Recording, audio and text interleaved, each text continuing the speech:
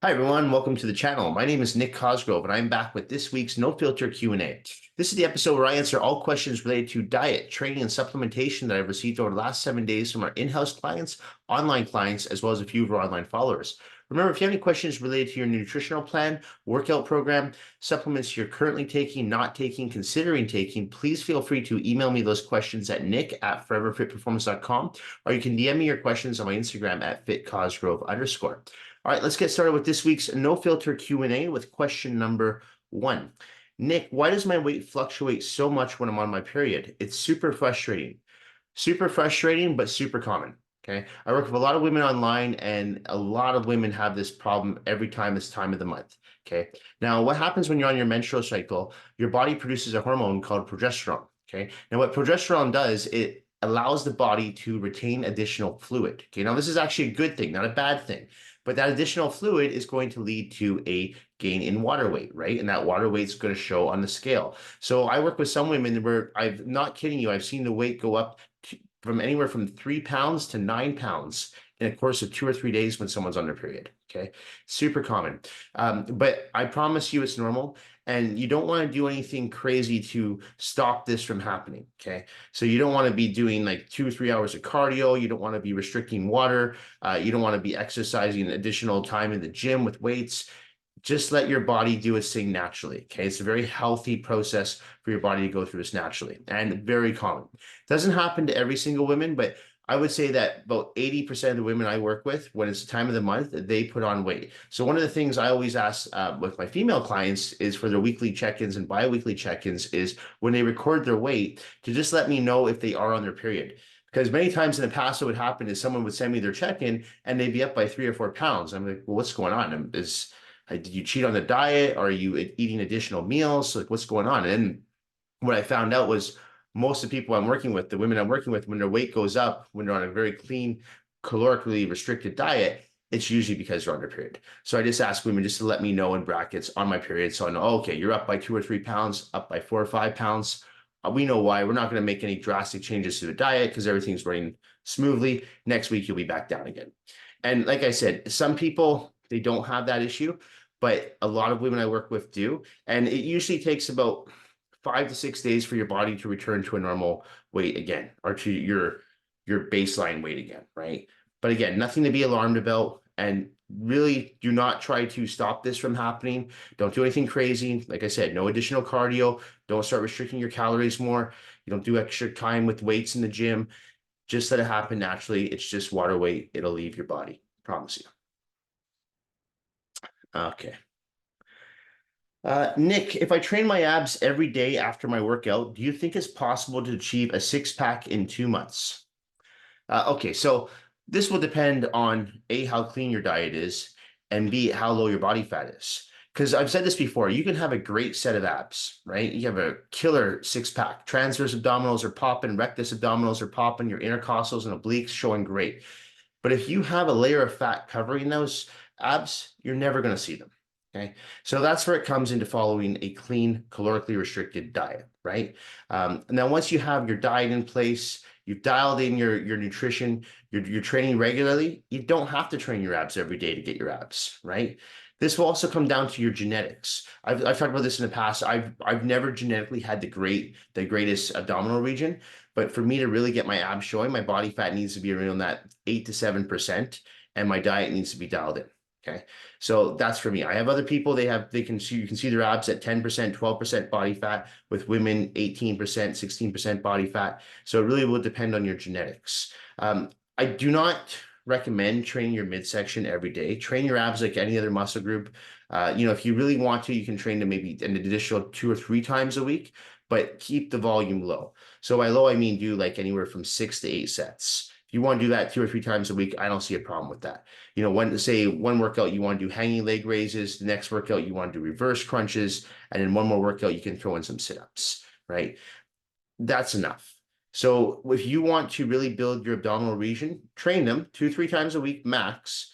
Make sure your diet's dialed in, and always make sure that when you are focusing on bringing in any area in your abdominal region, that you practice on keeping your core contracted. What I mean by that is sucking your stomach and focus on breathing, not just once or twice a day, but periodically throughout the day. Okay, so what I try to do, even when I'm sitting here doing this Q&A right now, I'll try sucking in my stomach and holding that for a good minute, still being able to breathe, still being able to talk. But what that'll do is it'll help me practice more control with my actual core.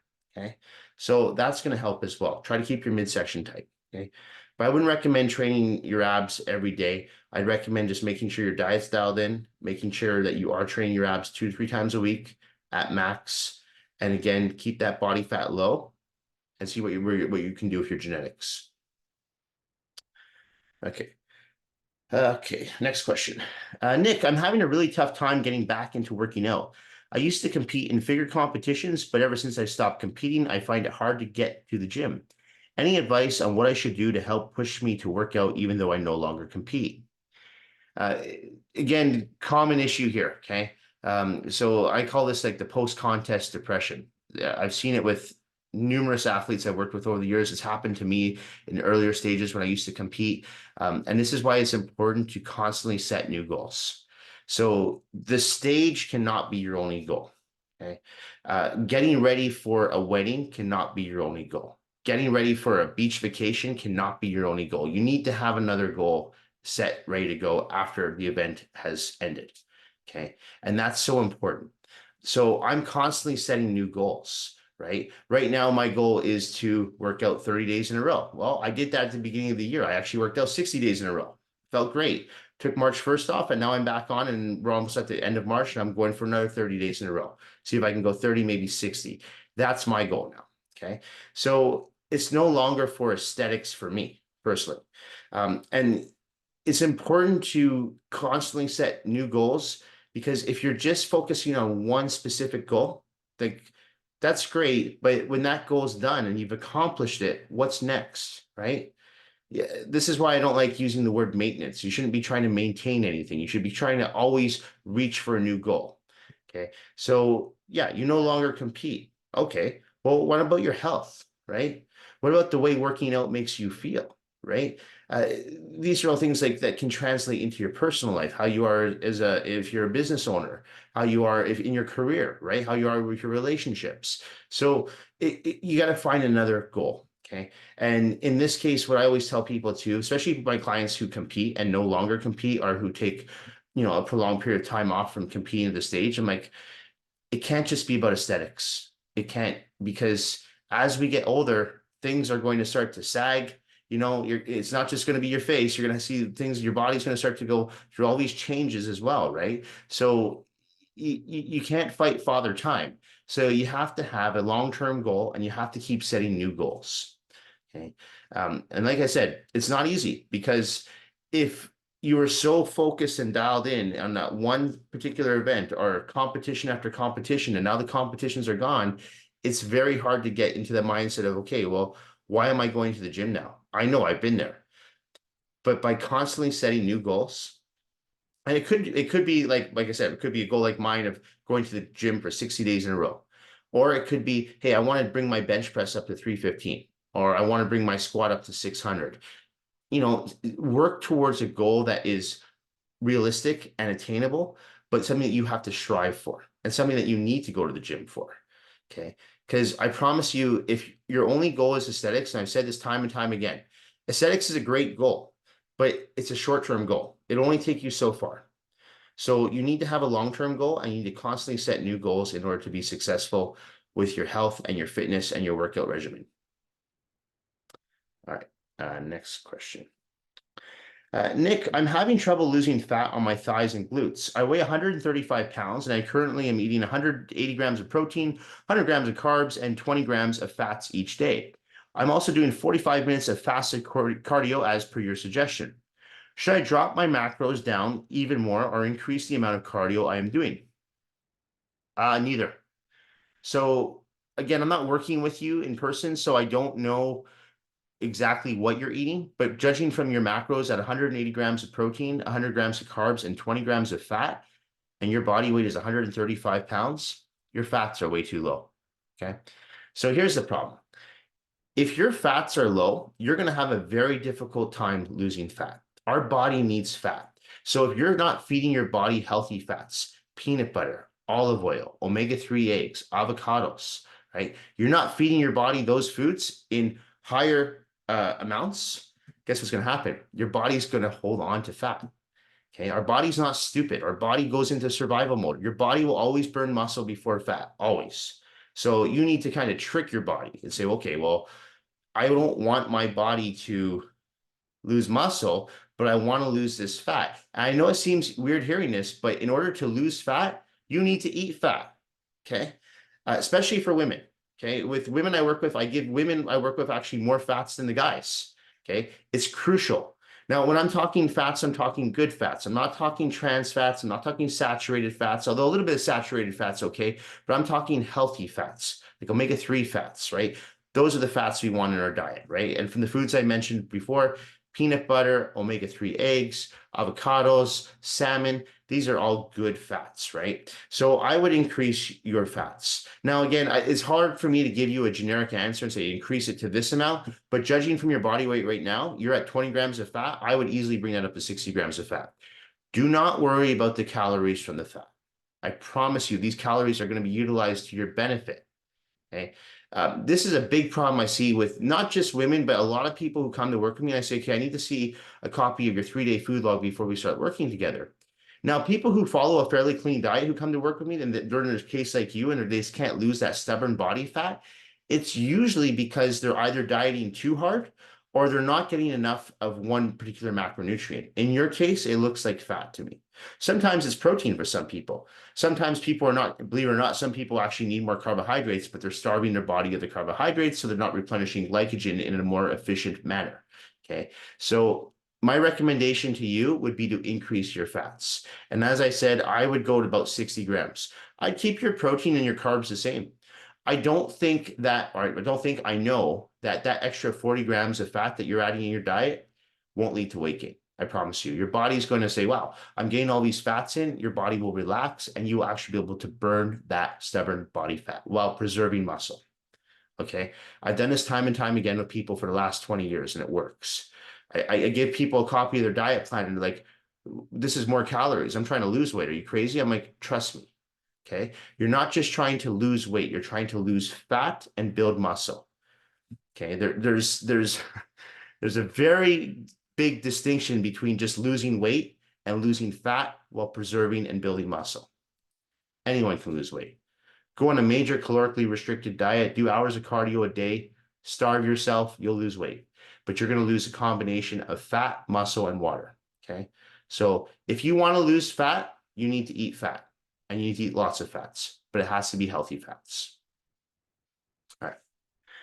Next question. Nick, do you think breakfast is the most important meal of the day? I need a few hours after waking up before eating, but my coworkers who work out tell me I need to eat first thing in the morning to help build muscle and burn more fat.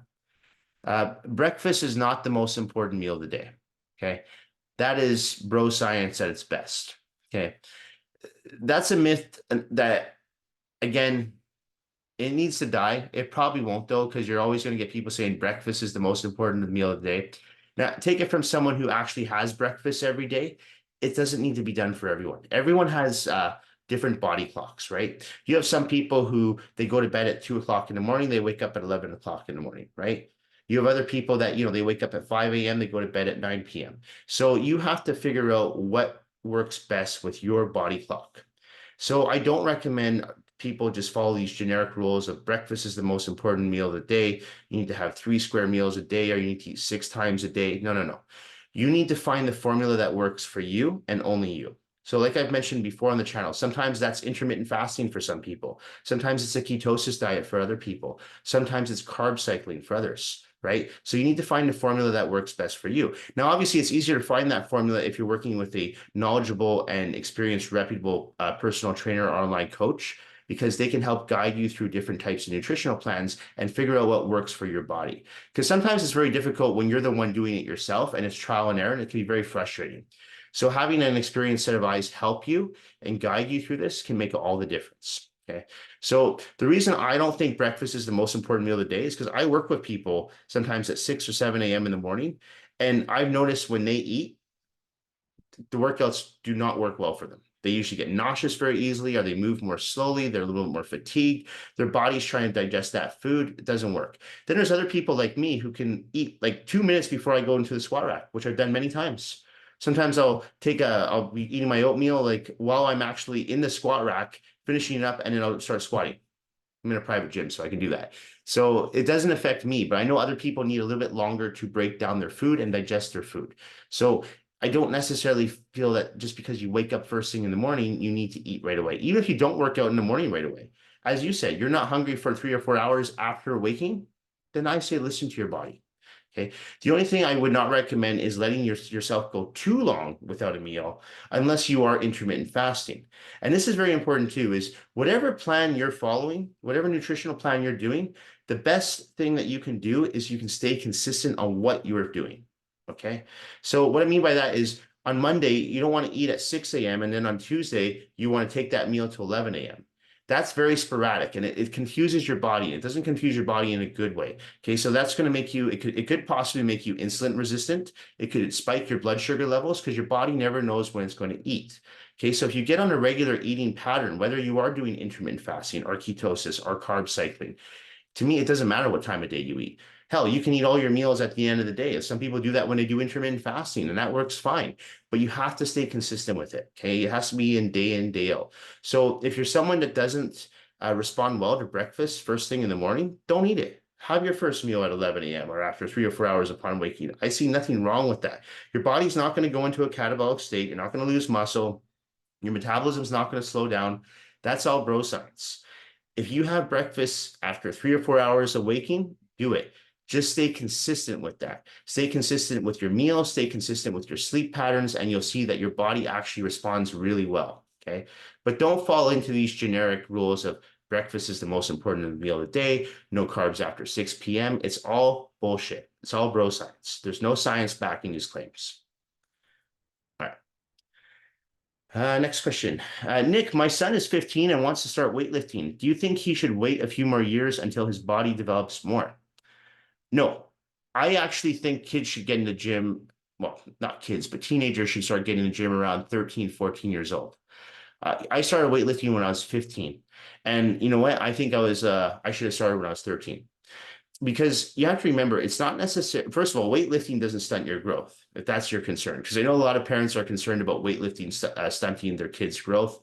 Doesn't do that. Okay, so we know that. Okay, so you're not going to all of a sudden stop growing because you're going to the gym training weights. If anything, it actually might help you grow, right? And it helps you develop your physique more. Right. So this is a good thing. And another thing too is you have to remember, and I mentioned this earlier, is what weightlifting does and what it translates into other aspects of your life. Right. So it makes you more disciplined in life. If you have a workout routine that you're following 5, 6 days a week and you're implementing that routine into your daily schedule, well, it's going to affect a lot of things that you do on a day-to-day basis. Right. For example, if you're someone who works out regularly, you're probably not going to be a big drinker. Nobody wants to go to the gym hungover. I mean, I can work hungover, but I cannot work out hungover. No way. So it really helps in the case of staying away from the bad temptations in life. Drinking, doing drugs, right? These are common things that teenagers do, right? So by getting your son in the gym at an early age, this is good because it's going to create more of a discipline and dedication to the body, right? It's also doing something good for your body, right? So teenagers, they tend to eat a lot of bad foods. Well, if you're going to the gym, you're probably not going to respond well with your physique if you're eating McDonald's and KFC every day. So then you're going to start looking into the nutritional component. You start cleaning up your food, your diet there. So it translates into a lot of things. And as you become more disciplined and dedicated with your diet and your training, that falls into other areas of your life. Now your school, right? Your homework. So, if I had kids, I would be trying to get them in the gym 13 years old onwards. Absolutely. I think it's a great thing. Another thing though I would recommend is having your son book a few sessions with a personal trainer just so that he can learn how to do exercises properly, especially at that age, because you don't want to create bad habits at an early age. But that's my recommendation because working with a good personal trainer, that can start someone on a great path. And it doesn't have to be every time they go to the gym. It could just buy in like a 6-session, 12-session training package, just so he can learn the basics. and then go back and forth to that trainer over the course of the next few months. Teach me some new exercises, teach me proper technique, proper form. And that will set the perfect, like, I want to say, like, the perfect groundwork for your son as he gets older in life, right? And he'll keep the gym, hopefully. Most people do, though, when they start at a young age. I started at 15 and I never stopped. So, I attribute a lot of my success with my career and with my goals with real estate to the gym. Okay. It's because it's kept me dedicated, kept me disciplined in other areas of my life. So I think it's never too early to get into the gym. Um, like I said, I don't know how I feel about little kids in the gym just yet. Just because, kids don't have the same attention span. But when you're like 13, 14 years old, you're getting there, right? So that's a great age, in my opinion, boy or girl, to start lifting weights. Okay. Nick, I've been working out and eating healthy for 4 weeks now and still haven't seen any results. Is this common? I'm pretty discouraged and feel like stopping. Okay, so again, I'd have to look at your program. I'd have to assess your training program. I'd have to assess your nutritional plan to tell you what you're doing right, tell you what you're doing wrong. I'd also have to see your starting pictures, right? Your progress photos. In your case, you say there's no progress. Well, it's only been 4 weeks. I know 4 weeks might seem like a long time, but when it comes to building muscle, losing fat, and transforming your physique, it's no time at all. Okay. I always compare it to like plate tectonics. It takes a very long time to just like build a foundation, right? So if you're someone who's new to the gym, you have to remember the first few workouts, the first few months, you're still learning proper form and technique. You're still learning how to actually contract those muscles, how to create a mind to muscle connection. It doesn't happen overnight, it doesn't happen in 4 weeks. Hell, it doesn't even happen in 6 months for some people, right? The one thing I will tell you though is that it will happen, but you have to stay at it. You can't stop. And I tell you, this is why most people do not get results, is because their expectations are too high. You have to manage your expectations accordingly. You can't just walk into the gym and expect to see great changes within 4 weeks. It's not going to happen. Some people might see some things for sure. I've had clients that have experienced great results in their first 3 or 4 weeks of training, but the results that most people experience are internally. Okay, not externally. They feel more energized. They sleep better, right? They notice that they just have much more confidence just the way that they are with people because they're working out, they're doing something good for their body, right? They think more clearly, they're more productive. So they manage their expectations accordingly and know, okay, well, yeah, I have this belly. I know I'm not going to lose this belly in 3 months. It might take me 6 months. It might take me a year, but I know if I'm consistent with my diet, I'm consistent with my training, I will lose this belly. Okay. And that's the thing that people lack is the consistency. I see it time and time again. When people go to gyms, they're all ready to go in the new year, right? January, February, and then by March, gone. Because they didn't stay consistent, right? They didn't manage their expectations. They thought they were going to get these incredible results. They thought they were going to look like fitness models on the magazines. Magazines aren't around anymore, but the social media influencers, right? They thought they were going to look like them. Doesn't happen. It takes years of hard work and dedication. Okay. And even then, it's consistency. Because, like I said, I've been training for over 20 years. If I stop training now for 6 months, go shit on my diet, right? Don't do anything in the gym, sit on my ass all day, I will return to looking like a bag of shit. Okay. 20 years of hard work, all gone in 6 months because I'm not staying dedicated to the gym. I'm not staying dedicated to my nutritional plan. So once you have it, you have to keep it. And as I mentioned before, I don't like using that word maintain, but you have to constantly set new goals, right? So you can never take your foot off the gas. And that's why I also tell people is once you do start to develop a body that you're proud of, a body that you can take your shirt off if you're a guy or a woman, whatever, take your shirt off and you feel good about yourself naked, right? Naked in front of others. Privately, not publicly, but you feel good about your body, you feel confident in your own skin. That's great, right? And that's fantastic. But then you got to set new goals, right? And that's what I was talking about, constantly setting new goals, right? So manage your expectations. That's what I'm going to tell you right now. 4 weeks is nothing. Okay. talk to me after you've done this a year and tell me that you haven't seen results. And if you haven't seen results in a year and you're consistently going to the gym 4 to 5 times a week and you're following a clean diet 80 to 90% of the time, then you need to hire a trainer or an online coach that can help you. Because if you're doing that for a year consistently and you haven't seen results, then there's an issue with your training or your diet. In that case, I would strongly advise you to work with a fitness professional. But 4 weeks is nothing. Keep going. Don't get discouraged. Do not stop. Okay, 2 more questions. Nick, this might be a dumb question, but if someone doesn't want to hold water weight on their body, would it make more sense to drink less water? Actually, it's not a dumb question. I mean, it sounds like a funny question, right? But it's not a dumb question at all. It's actually a good question. So here's the thing. Our body is 80% water. Okay. I actually believe it's more than 80%, but most people say it's 80% water, right? Okay. So if you stop drinking water, yeah, what's going to happen to your body is things are going to start to shut down, right? Now, you don't want your kidneys to shut down. You don't want your organs to shut down, right? So you have to drink water. Now, in your case, you're saying, well, what if I drink just less water? Well, what's going to happen then is if you're worried about retaining water weight, guess what? If you drink less water, your body's going to retain more water. Again, our bodies are not stupid, right? So if it notices it's starting to take in less water, well, what's your body going to do? It's going to hold on to that water. So if you want to lose water weight, you actually have to drink more water. Okay. So whenever I'm working with someone and I can tell, like, especially people who are training for shows, and I can tell the difference between just by looking at someone, if they're holding body fat or if they're holding water weight. And especially for my competitors, when they're like 6 weeks out, 5 weeks out, and body fat starts to get really low. And I'll ask them, like, how much water are you drinking? And like, oh, I don't know, I'm having like a liter a day. I'm like, okay, I need you to take that up to 3 to 4 liters a day. I'm like, are you crazy? I'll be peeing every hour. I'm like, great. You should be peeing every hour. You should be peeing at least once every hour of the day, in my opinion. Okay, except while you're sleeping. But even then, I think it's healthy to get up at least once or twice throughout the night and have to go pee. Okay, this is good. It flushes out your kidneys.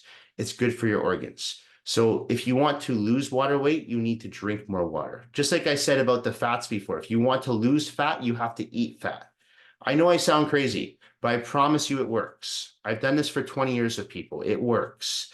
Okay. So this is a good question. It's not a dumb question because you would think, right? Well, if I don't want to retain additional fluid, just take in less water, right? If I don't want to gain body fat, just take in less calories.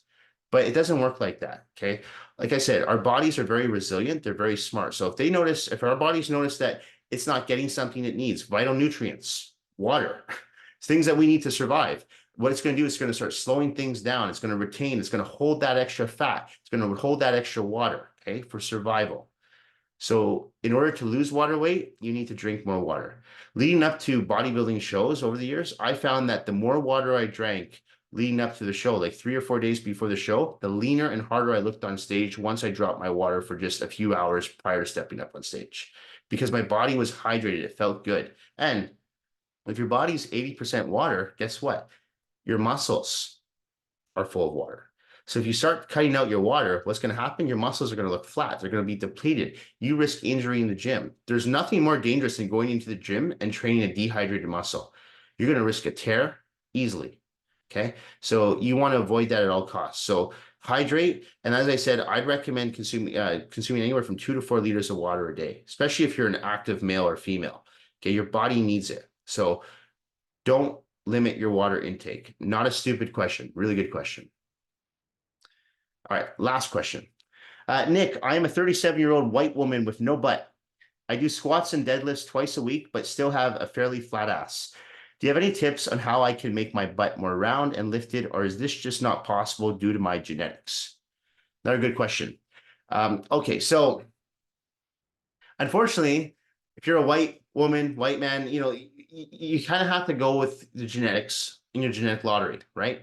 So this is a problem a lot of women have, is that they want to grow that Brazilian butt, right? Well, if you're not Brazilian, it's going to be very difficult for you to grow that butt. A lot of this, as you said, it does have to do with genetics. But I don't think everyone knows what their true limitations are as far as genetics are concerned, unless they've actually pushed themselves to the fullest. So like you said, you're mentioning you're doing deadlifts and squats. Are you trying hip thrusts? Are you trying straight leg deadlifts? Are you doing a lot of walking lunges, right? Because believe it or not, these are all exercises that will help build the gluteus maximus. So in your case, my recommendation would be to book a few sessions with a trainer, a well-known trainer, like someone in your area, could be female or male, but someone that can give you a specific workout that will help target the glutes. And sometimes it's not just the exercises, it's the sequence of the exercises. It's the way that you incorporate supersets, giant sets, drop sets. These are all things that will help push your body beyond its limits. Okay, so if you know you're at a genetic disadvantage in some areas, then you've got to figure out strategically, okay, I might not have the best genetics, but what can I do with the genetics I have? So, and I've seen plenty of women who are white and who build great butts, right? So it can be done. Will you build the same butt as someone, like I said, a Brazilian butt? Probably not, unless you go and get a Brazilian butt lift. But you can build a butt, okay? You just have to start thinking outside the box. So what I've done over the years with a lot of the women I work with is I'll put together a program that targets the glutes specifically, and I'll usually give them 2 leg days, right? So I'll do one day that's focused on quads primarily, and the other day will be focused on glutes and hamstrings and calves. So that allows the body to get 2 different leg workouts, but 2 completely different leg workouts, right? I would recommend doing that. So rather than squatting twice a week and deadlifting twice a week, I would just squat and deadlift once a week, but I would also throw in a different workout that's going to incorporate more hip thrusts, more walking lunges, leg press, hack squat, leg extensions, stuff for the quadriceps, because don't forget too, if you have strong quads, sorry, it's going to help build up the hamstrings and the glutes and the calves. Everything's connected. Okay. So it sounds like you actually know quite a bit what you're doing, if we know the exercises. But in your case, I would recommend working with a trainer. Like I said, you probably won't need many sessions, but maybe someone who actually works with girls who train for bikini shows, figure shows, physique shows, that know that area well, that can really say, okay, you know what? Your program looks good, but we're going to tweak it and we're going to add in, 3 different exercises, but I want you doing them in a row in a circuit. And I want you doing triple drop sets here, giant sets here, supersets here. And you'll see right away, all just by doing exercises that you might be doing for years, but doing them in a different pattern, doing them in a different sequence, different combinations, all of a sudden your glutes will grow. Okay. So I truly believe that no one really knows what their genetic limitations are until they've maximized all their resources. And sounds to me like you haven't been there yet. So my recommendation, work with someone in your area that can help you build that butt. And like I said, start thinking outside the box. Okay. But don't get discouraged because you can build a butt. I promise you. Anyway, that's it for this week's No Filter Q&A. This episode will be going up on Monday, March the 25th. As a reminder, if you have any questions related to your nutritional plan, workout program, supplements you are currently taking, not taking, considering taking, please feel free to email me those questions at nick@foreverfitperformance.com, or you can DM me your questions on my Instagram at @fitcosgrove_. Thank you all for watching. Thank you for supporting my YouTube channel. Thank you for supporting both my online coaching business and our in-house personal training business here in Vancouver, British Columbia. I really appreciate all the support. Thank you all so much, and I will see you all next week. Bye for now.